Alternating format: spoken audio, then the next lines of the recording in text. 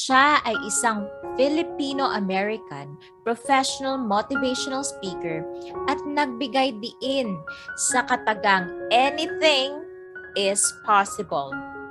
O sa Tagalog, kahit anuman ay posible. Pero ang pinaka-nakakabilib sa kanya ay ang nagawa niyang lahat ng ito nang dahil sa kanyang mga paa. Ipinanganak siya na walang mga bisig, walang mga braso o walang kamay. This is a woman of hope and resilience.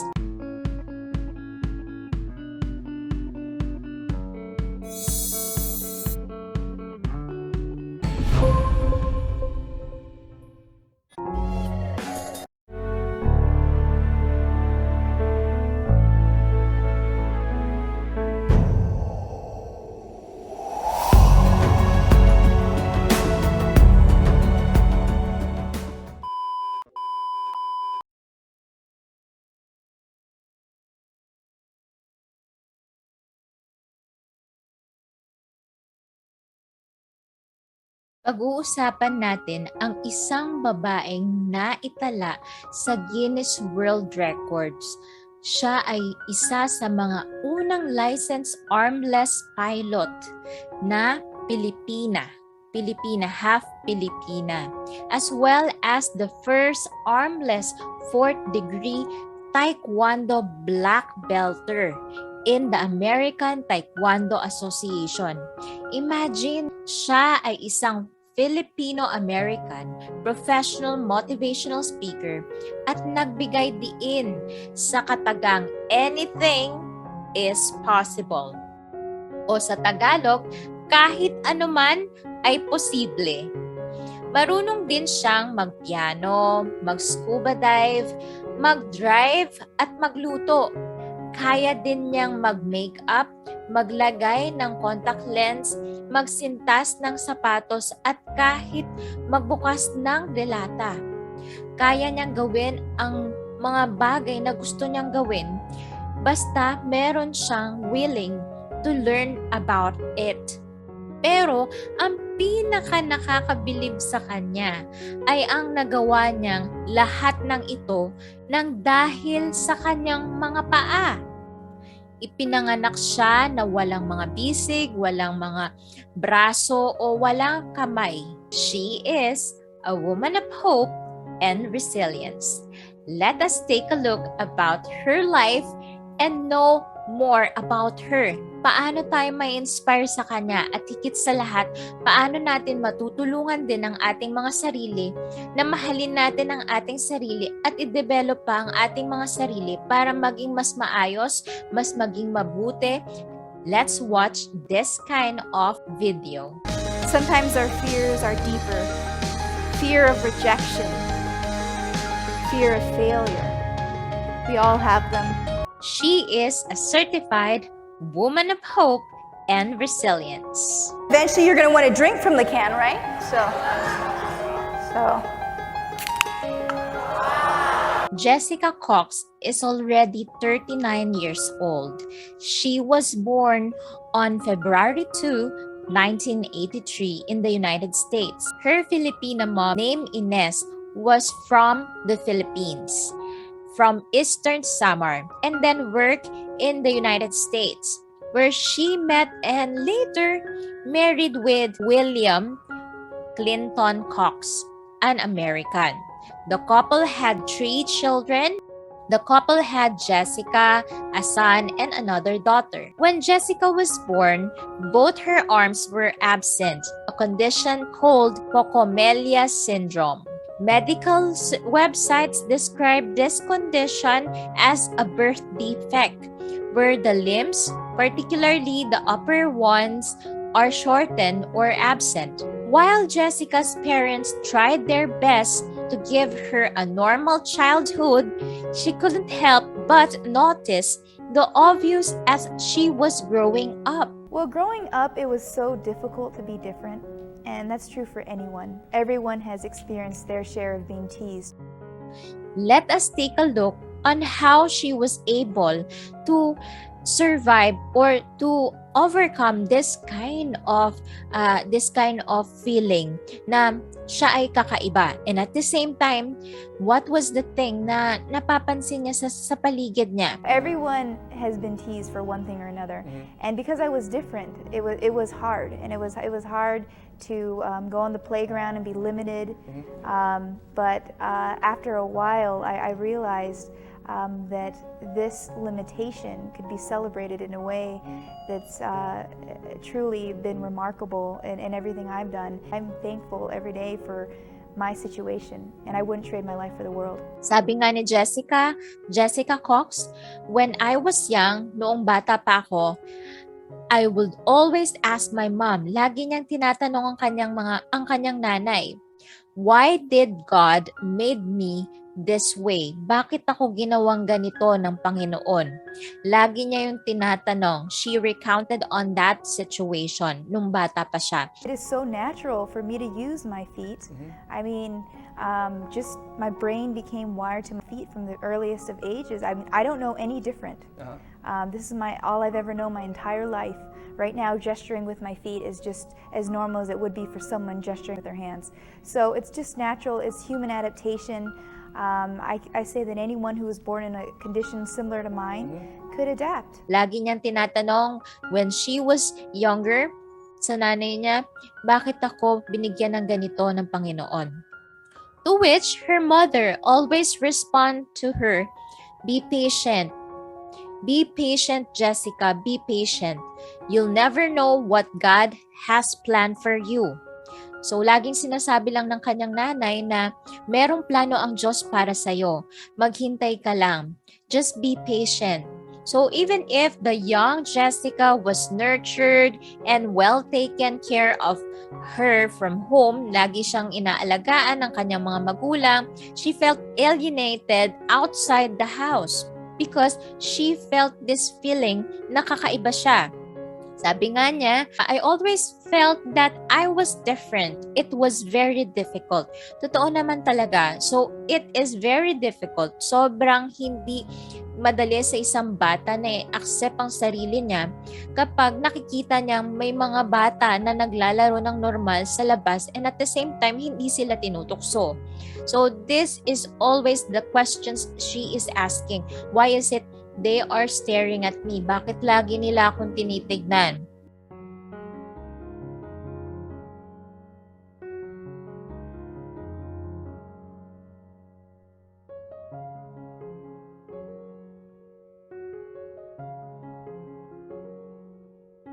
Paano nga ba makisalamuha ang mga tao kay Jessica Cox? Pakinggan natin itong pinagdaanan niya dahil lahat tayo dumaan sa mga nanunuksong mga tao at mga nanunubok. We are all have been this kind of shared experience sa mga taong mapanubok or sa mga taong nanunukso or mapanglait. I feel that that's my greatest accomplishment, is overcoming the fear of being rejected or the fear of going out in the public and being worried about what everyone thinks. Because I think that every one of us has to be confident enough to be true to who we are and be happy about who we are and be proud of that. When did that happen for you? Was there a moment like in 5th grade or something like that, a specific time when you overcame the hump? You know, it takes time and it's not something that happened overnight, but I will tell you something that did stand out in my mind as a huge step was the first day of 8th grade. And the first day of 8th grade, I was going to be different. And I wore prosthetic fake arms for 11 years prior to every single first day of school. But this day, I was not going to wear my fake arms. And I was in a new city, a new school. I was going to ride the school bus for the first time. And I walked to the bus stop, not having my fake arms on. And I felt lighter, I felt more empowered, and I felt freer than I'd ever felt before. And when the bus door shut, I looked behind and I promised myself I would never again wear those fake prosthetic arms. And to this day, they're in the closet. I always ask my audiences when I'm speaking on stage to groups, corporations, and associations, I ask the question, what are your fake arms? Because we all do have them. Lagi niya napapansin na lagi siyang tinitignan ng mga tao and she was always pointed. Lagi siyang tinuturo ng mga tao and asked some questions about her. Lagi niya itong naalala. So, and it was very hard for her. Sabi nga niya, it was very hard when I was younger. Pero na-overcome niya yung mga bagay na to. Gumawa siya ng paraan para maging positibo. She was made to wear prosthetic arms as a kid. I think it was 3 years old. She was 3 years old then nung time na binigyan siyang prosthetic arms. Sabi niya, I did use the prosthetic hands for 11 years. They were very difficult to use, fake arms, they were heavy, and they were awkward. So sabi niya, hindi siya mabilis or hindi siya madaling gamitin ang prosthetic arms kasi sobrang mabigat, sobrang awkward. Then, after 11 years of having this kind of awkwardness, having this kind of na hindi magandang feeling dun sa prosthetic arms, she was totally accepting herself. Na-accept na niya yung sarili niya as a person. She accepted the things na kakulangan niya. But because of that, she was able to learn how to use her faith to be able to inspire other people. Ginamit niya ang kanyang mga paa kung saan nagamit niya mga paa sa mga bagay na sa tingin niya pwedeng magamit ng isang kamay. Kagaya ng pagme-makeup, kagaya ng pagko-contact lens, paglalagay ng contact lens, kagaya ng pagdadrive, and scuba diving, and many more. Nakayanan niya yung mga bagay na yun because of accepting who she really is. She was able to accept. Na-accept niya na yung sarili niya. Tanggap na niya yung pagkatao niya. At dahil natanggap niya yung pagkatao niya, ginamit niya kung ano ang meron siya ngayon. Ginamit niya ang mga paa niya para magtagumpay. Ginamit niya ang mga paa niya para ma-inspire ang mga tao sa paligid niya. Lalo na ang mga taong kagaya din niya. Naging motivational speaker siya and at the same time, she was able to look forward to give another motivational speech to other people na nanlulumo or not positive in life. Mga tao na sa tingin niya na kailangan ng tulong emotionally and psychologically. Sometimes our fears are even greater than the fear of heights or the fear of spiders. Sometimes our fears are deeper. Fear of rejection. Fear of failure. We all have them. Everyone has had to face the fear of rejection at some point in their life. Everyone has done something to hide a part of who they are. I've learned how to embrace my difference and to connect to my audience through humor. Inevitably, kids come up to me and ask, "What happened?" This is what happens when you don't eat your veggies.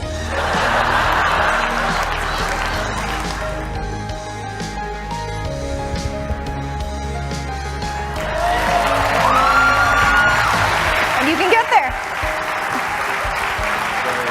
You can practice that tonight.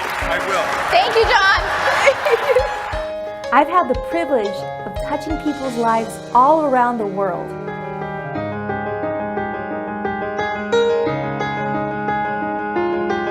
Jessica Cox ay graduate ng BS Psychology and minor in Communication sa University of Arizona in 2005. And because of that, she was able to learn more about positive psychology, about human nature, and about human mind. She was able to conquer those feelings na meron siya, naintindihan niya yung sarili niya. What about the other foot? I have to tie both shoes first, make sure they're loose enough, and slip both feet in. And at the age of 6 years old, I learned the importance of thinking outside the shoe. Most of our limitations are self-imposed and come from a narrow mindset. I try to encourage people to change their perspective and enlighten them to think outside the shoe. Underneath the can is a little bit of a lip here. You can actually use that. Use your left knee Think about the last time you said the words, I can't.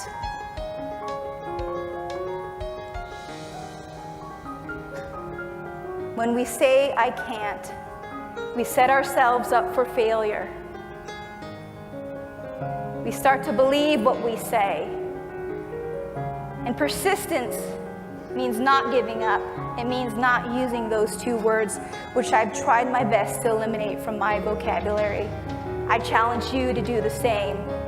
We are in a culture that seeks out negativity, a culture that thrives on the victim mentality, a culture that insists the glass is half empty. Paanong nangyari na kapag palipad siya ng eroplano na wala siyang mga bisig at mga kamay?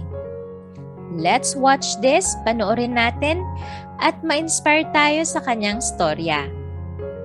This pilot is flying with no hands, literally. Jessica Cox is the nation's first and only licensed pilot who has no arms. When I tell people that I'm a pilot, they're like, what? Jessica was born without arms, but she can do almost everything with just her feet, from putting in her contacts to texting her friends on her cell phone, even playing the piano.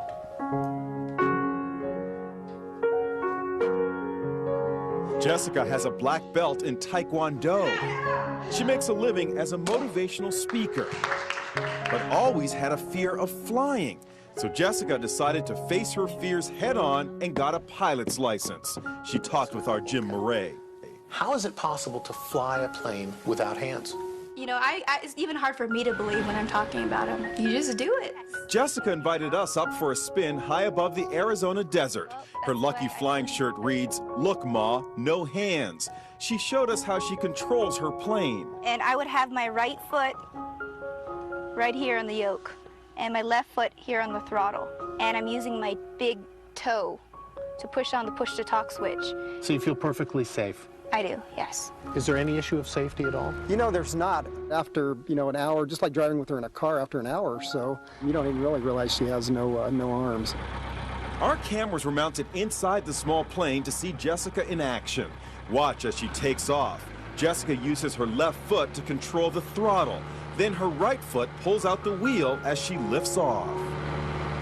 It looks scary, but she does it like a pro. And watch, after she makes a picture-perfect landing, she stretches her leg and opens the cockpit windows. How was the flight? That was fun. Sabi nga ni Jessica Cox, "My feet have become my hands for as long as I could remember. I see my difference as blessing." Nakita niya ang pagkakaiba niya sa ibang tao as a blessing. Inaccept niya, tinanggap niya ang sarili niya na siya mismo. Tinanggap niya ang kanyang kakulangan, tinanggap niya kung ano ang meron siya. At ginamit niya as a blessing ang kanyang mga paa to inspire other people. Kahit na ipinanganak siya na walang parehong kamay o mga bisig, ang Pilipino-American na si Jessica Cox ay isa sa mga natatanging babae na merong abilidad kung saan pwedeng maging inspirasyon sa lahat ng mga kababaihan. Pero nagagawa niya pa ring magpalipad ng eroplano at gumawa ng kung ano na sa tingin niya kaya niya at makakaya niya. Sa katunayan, siya ang isa sa mga kauna-unahang armless pilot sa buong mundo. Bukod sa pagiging piloto, isa rin siyang scuba diver at certified black belter sa Taekwondo. Noong bata pa si Jessica, ilang pagsubok din ang kanyang pinagdaanan. Pero nalampasan niya ang lahat ng ito. Ang kanyang kwento, silipin natin sa video na ito. You know, as much as my mom wanted to baby me and take care of me and be there for me and everything and protect me, I had this drive and this independence that is very much a part of my mom, and she knows it. She came here when she was 22 years old. She didn't know a single soul. She came here as a nurse, and that independence is a part of me. Even if they said that I couldn't do something or that I should be concerned about my safety, I would still do it. So I'm a pretty stubborn person, I have to say. You know, I truly believe that it's not about proving anything to anyone, because if you do something, you do it because you love to do it, you want to do it. But you don't do it to prove yourself to other people, because that would be the wrong motives. Because I want to do things because I want to do them. I don't want to prove to the world, hey, I can do it, just because I don't have any arms. So I think that's a wrong motive.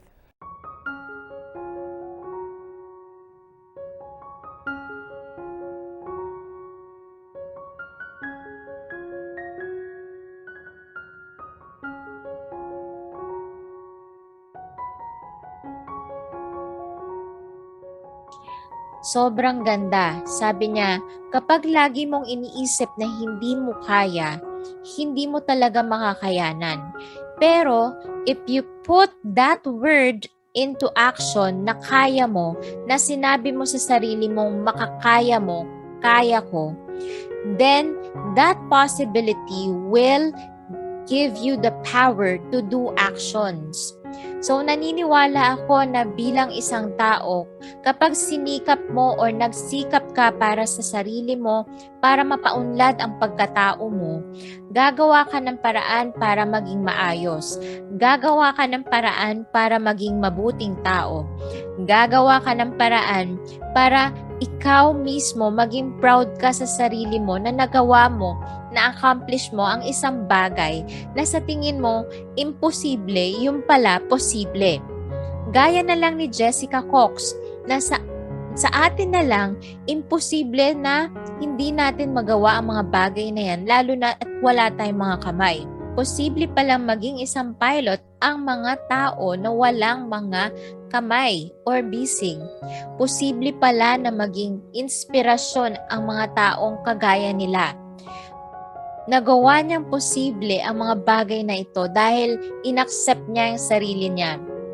Nagkaroon siya ng pagtitiwala sa sarili niya at higit sa lahat, ipinaubayan niya sa Panginoon kung ano ang purpose ng Diyos para sa kanya, kung ano ang plan para sa kanya. And because of that, she was able to conquer all the obstacles. She was able to conquer all those people na lagi siyang tinutukso. Bagamat maaaring naiiba siya sa iba dahil sa nawawala niyang mga bisig, hindi kailanman nalungkot si Jessica. Sabi nga ni Jessica Cox, growing up, it was so difficult to be different. And that's true for anyone. Everyone has experienced their shared stories who have been teased. Everyone has been teased for one thing or another. And because I was different, it was hard to go in the playground. It's limited. But after a while, I realized that limitation is celebrated in a way that's truly remarkable. She was able to embrace those bullying people. Inaccept niya na talagang totoo naman talaga na wala siyang arms. Pero because of that, she was able to get that kind of acceptance and to get this kind of feeling na maging positive. Sabi nga niya, everyone had to face the fear of rejection at some point in their life. Everyone has done something to hide a part of who they are. I've learned how to embrace my difference and to connect to my audience through humor. So, naging mas makabuluhan ang kanyang motivational speaking because hindi lang siya nag-speak within the others, but she is speaking dahil sa sarili niya. Yung mga experiences niya, sinashare niya. That's why it becomes motivational to other people, na-motivate yung mga tao. Dahil sa kanya, naging inspirasyon siya ng mga taong kagaya din niya at ng mga taong nawawalan ng pag-asa. Sabi nga niya sa isang quote, handicaps or mindsets, whatever it is that stands in the way of achieving something, that's when it's a handicap. I prefer to see them as obstacles or challenges This is how I've been my whole life. I don't know any different. I just live my life through my feet. Sa Tagalog, ang kapansanan ay nasa pag-iisip lang. Anuman ang nakatayo sa daan patungo sa pagkamit mo ng isang bagay, iyon ay isang kapansanan. Mas gusto kong makita sila bilang mga balakid o hamon sa buhay. Ito ang aking pananaw buong buhay ko. Wala akong alam na kakaiba. Ipinamumuhay ko lang ang buhay ko sa pamamagitan ng aking mga paa. And because of that, she became an inspiration to other people. And I hope all of you learn from this.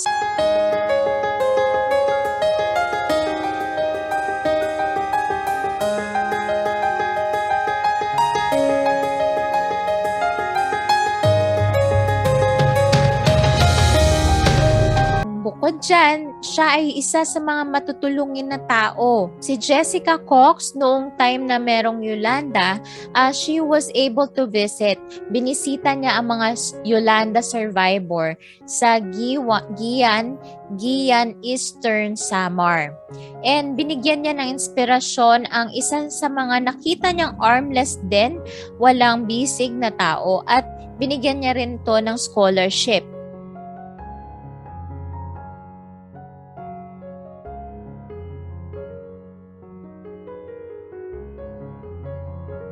I just live it every day, and sometimes opportunities come to me.